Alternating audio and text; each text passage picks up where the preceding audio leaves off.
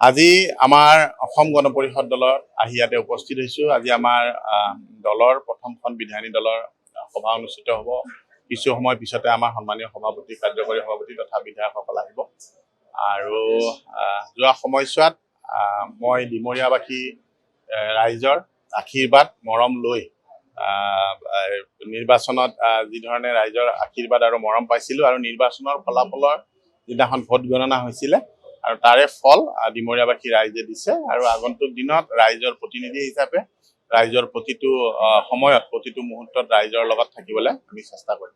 হয়, পোনপ্ৰথমতে মই দলৰ সন্মানীয় সভাপতি অতুল বৰা ডাঙৰীয়া, কাৰ্যকৰী সভাপতি কেশৱ মহন্ত ডাঙৰীয়া তথা দলৰ যিসকল জ্যেষ্ঠ নেতা আছে, আমাৰ যুৱ বন্ধুসকল আছে, আমাৰ মহিলা পৰিষদ আছে, ছাত্ৰ পৰিষদ আছে, মই দলৰ তৃণমূল পৰ্যায়ৰ কৰ্মীলৈকে মই দলৰ সকলোকে পোনপ্ৰথমতে ধন্যবাদ জ্ঞাপন কৰিছোঁ আৰু কৃতজ্ঞতা স্বীকাৰ কৰিছোঁ।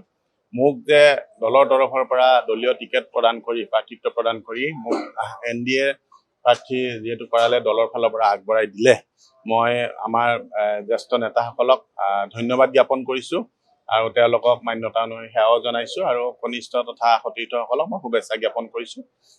যোৱা সময়ছোৱাত মই ডিমৰীয়াবাসী ৰাইজত আগতে যিহেতু দিছপুৰ সমষ্টি আছিল, দিছপুৰ সমষ্টি থকাৰ পৰাই মোক দলে দায়িত্ব দিছিলে, দিছপুৰ সমষ্টিত সাংগঠনিকভাৱে দায়িত্ব দিছিলে আৰু তাৰপিছত আমাৰ যিটো আমাৰ ডিলিমিটেশ্যন হ'ল, ডিলিমিটেশ্যন ডিমৰীয়া সমষ্টি হ'ল আৰু ৰাইজৰ লগত প্ৰতিটো মুহূৰ্তত বিপদৰ বন্ধু হিচাপে থাকিবলৈ চেষ্টা কৰিছিলোঁ। কেৱল মাত্ৰ বিপদেই নহয়, সুখৰ সময়তো তেখেতসকলৰ লগত আছিলোঁ আৰু ৰাইজে যথেষ্ট মৰম দিছে, আশীৰ্বাদ দিছে।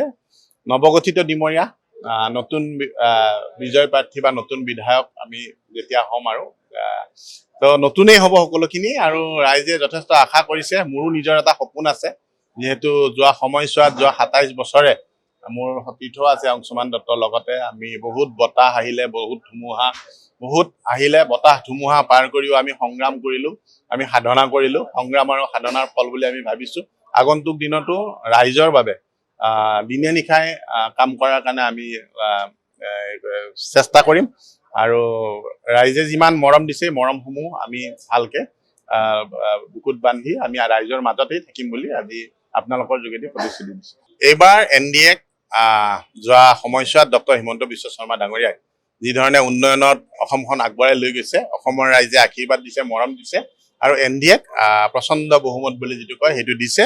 আৰু অসম গণ পৰিষদ দলো আজি বুলি নহয় 2001 চনৰ পৰাই NDAৰ অংশীদাৰ আৰু আমি অসমখনক আগবঢ়াই লৈ যাবৰ কাৰণে আমি সকলোৱে একত্ৰিত একেলগে আমি প্ৰচেষ্টা কৰিম। আমাৰ ডক্টৰ হিমন্ত বিশ্ব শৰ্মা ডাঙৰীয়াই যিধৰণে যোৱাবাৰ কৰিছে, আমি ভাবোঁ অসমখনক আৰু আগবঢ়াই লৈ যাব পাৰিব তেখেতৰ নেতৃত্বত। যিকোনো খবৰৰ বাবে যোগাযোগ কৰক আমাৰ এই নম্বৰত 9181 307 2221।